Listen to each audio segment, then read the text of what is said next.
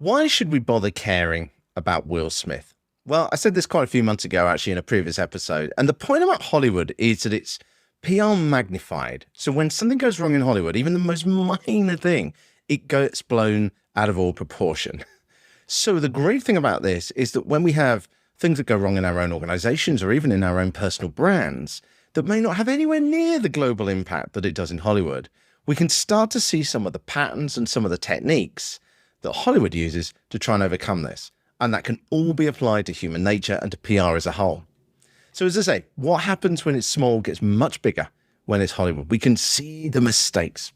I don't know if you've ever been through a situation like Will Smith has, or even a minor, far more minor sort of crisis PR situation or with your own brand. But there's certainly a lot that I think we can learn from this. I certainly saw a lot as a journalist in my career as a journalist and also in my career in public relations as well, of these sorts of things on a much smaller level going on. So what I hope today's episode is going to do is to help us show how to make an apology video or even just the narrative for controlling a crisis from what Will Smith has done. Now, I think we all know what happened with Will Smith and Chris Rock back at the Oscars. If you didn't, where have you been, to be honest? I did a previous episode on it. Basically, Will Smith slapped live on stage Chris Rock after Chris Rock had made some comments, some jokes about his wife. So at that point, Will Smith vanished.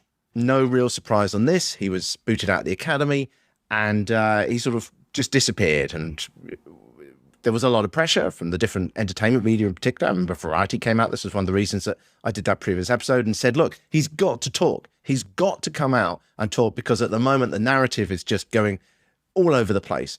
But I was actually saying at the time that I didn't agree with that, completely disagreed with that approach. You can understand why the entertainment media desperately wanted an interview with him, but it just didn't make sense. Why would he come out then? Because right at the beginning, it would have all been about, why did you do it? You're to blame. Whereas by leaving it a bit of time, he's now moved that narrative on. He's now got to the story now of, well, what's he been doing? What's he been doing for several months? What's changed? Has he made up with Chris Rock? All these sorts of things. So he released a video, a 6-minute video on a couple of days ago now, on the 29th of July. And what I thought we would do now is actually run through some of the key points of it. I'm not going to play the whole thing in this episode, but I will play some of it and see if we can catch some of the key points from it. So let me just start this video going.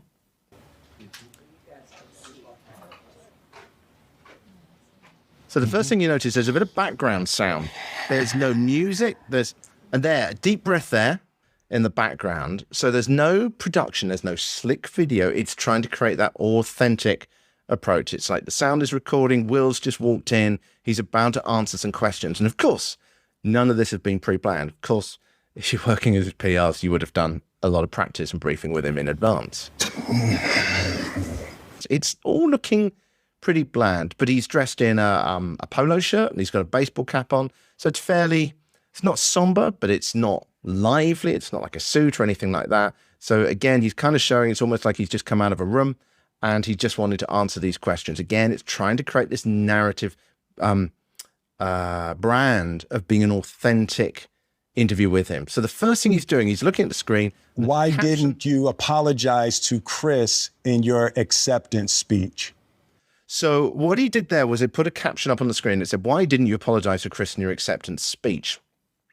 Well, he's not looking at the camera. He's looking away from it. It's like he's reading the question for the first time. We know he's not, but the way it's coming across is to try and portray he's being authentic and he's answering in the moment. Now he's looking at the camera. I was fogged up. Little pause, thinking about the answer, because obviously he's never seen this question before. Out by that point.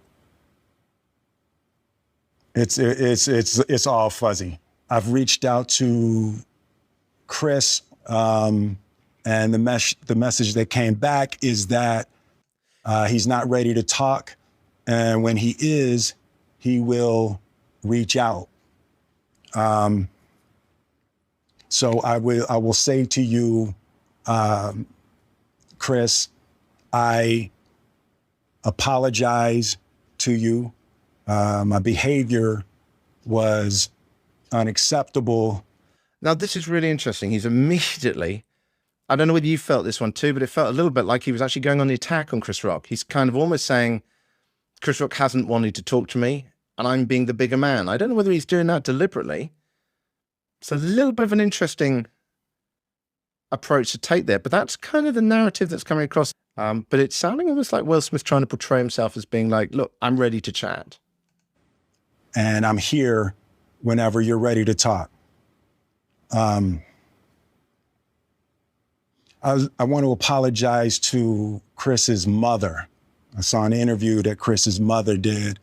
And, you know, that was one of the things about that moment. I just didn't realize, you know, I wasn't thinking, but how many people got hurt in that moment. So what's he doing here? He's acknowledging the questions, the kind of questions that people are asking and the things that they're attacking him on as a character. So he's addressing those, but the way he did that there, you see the pause, and it was almost like he was for a moment thinking about it, as if it was just a kind of, this is what I feel. He's trying to be as authentic as possible. He's making eye contact with the camera. So I want to apologize to Chris's mother. I want to apologize to Chris's family. I spent the last 3 months replaying and understanding the nuances and the complexities of what happened in that moment. So you can see straight away he's addressing those points. He's going, well, what are the media going to ask me? What would they want to know? And what is the story that I want to be putting across? And he's addressing each of these. But the way he's doing it a very sort of pausing, authentic, I'm thinking about it as I'm answering it way. But you can see here is he's ticking off the boxes. And I'm not going to try to unpack all of that right now, but I can say... Now that's very interesting as well. I said this too as well, is that in the original video, is that when he comes back, he's got to be a little bit careful because it's hard to know where the narrative will go. So he doesn't want to reveal everything, because if you reveal everything, you've played all your cards. So he's saying here that I still need to think about it. I'm still going through transition, which means that it's much harder to say, look, he said this now, because it's like, well, he might still change. So he's addressing that from the start. So he's acknowledging there are still things to change. To all of you, there is no part of me that thinks that was the right way to behave in that moment. There's no part of me that thinks that's the optimal way to handle a feeling of disrespect or insults. Very interesting there. He's saying this is the... What's he actually saying by that? Is he apologizing? Or is he saying that he had that feeling of disrespect and insults? He did have that, but it wasn't the way to deal with it. So is he saying that actually Chris Rock still was making him feel that way? I'm not sure that's necessarily the best phrasing that I would have used for it. I think it would have been more like, you know, how I felt in that moment, something like that, which would have at least said, yes, I felt that way, but it wouldn't have said that I was right to feel that way. And say sorry to my kids and my family for the heat that I brought on all of us.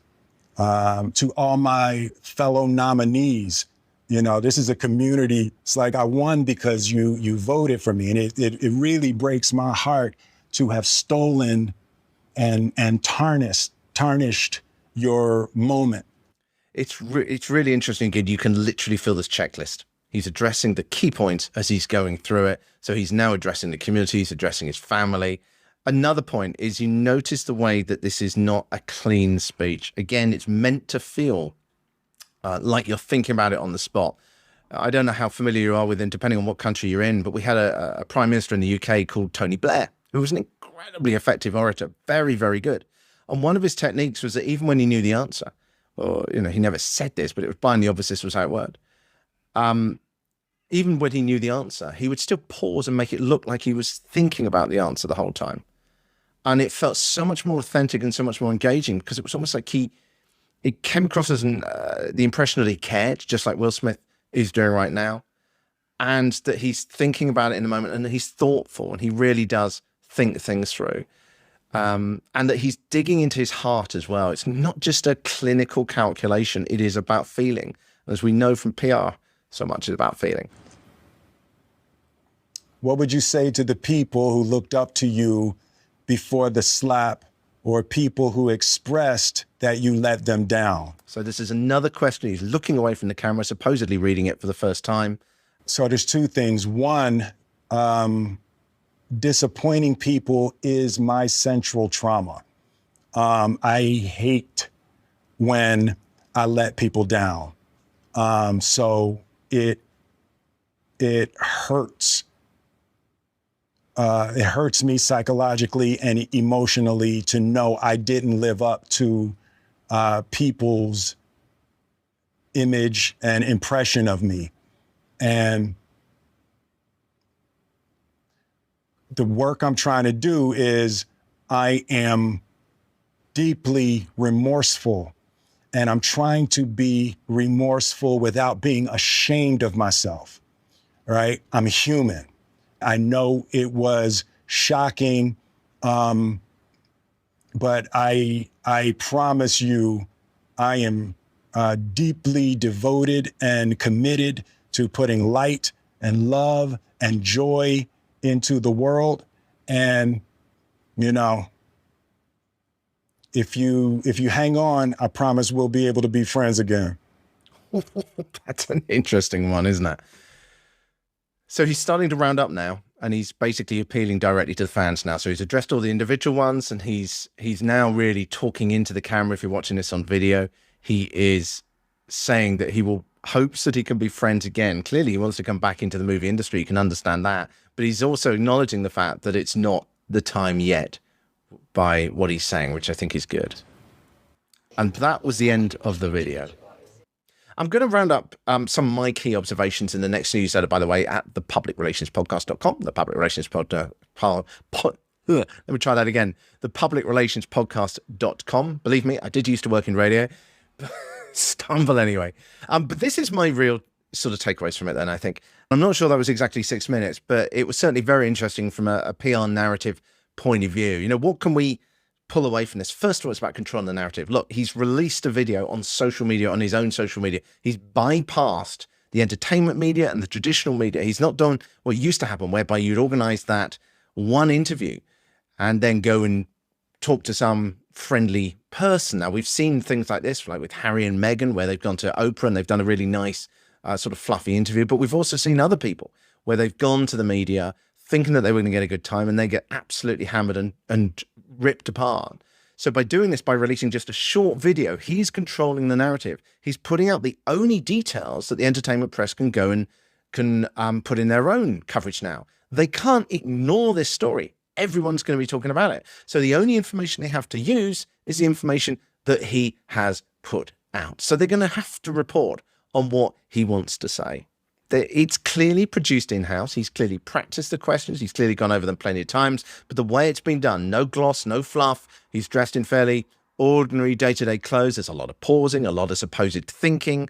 I do like the way that he's kind of answering the questions from people without the names, because he is addressing the direct points that people would make, but without having to address those people on an emotional level. You know, you get the situations, for example, in politics where you'll get someone who'll contact a politician and say, look, this happened to me and it's unacceptable. And that person could be a complete edge case. Gosh, we talk about politics for hours, but as to where you put resources in politics. But that then puts enormous pressure on that person, that politician, to basically say, yeah, okay, we'll use the entire national resources on your one case. Now, in this particular situation, by addressing a faceless person, he's not having to deal with their own personal feelings about it, their own personal feelings of hurt. He's just simply addressing a point. So the authenticity was one big one there, and controlling the narrative yourself, keeping the amount of information out short. I think on the negative side, though, I'm really a little bit surprised by the tone of it. It does feel like he's apologizing for slapping Chris Rock, but he's not apologizing. Maybe you disagree with me on this. He's not apologizing for his reaction emotionally to that he did feel disrespected, that he did feel hurt, but he's still keeping that door open. He's saying, look, I'm still working myself to be able to go with where the narrative goes publicly over the coming months on this. Interesting, though, that first comment where he basically says, or at least to me, it sounds like he's saying, I'm the bigger man. I'm ready to talk, Chris. You're the one who's not yet. There's a lot I think we can pull out of that. I would be interested to know what is the worst PR crisis you've had, even if it was minor, even if it was a little blip.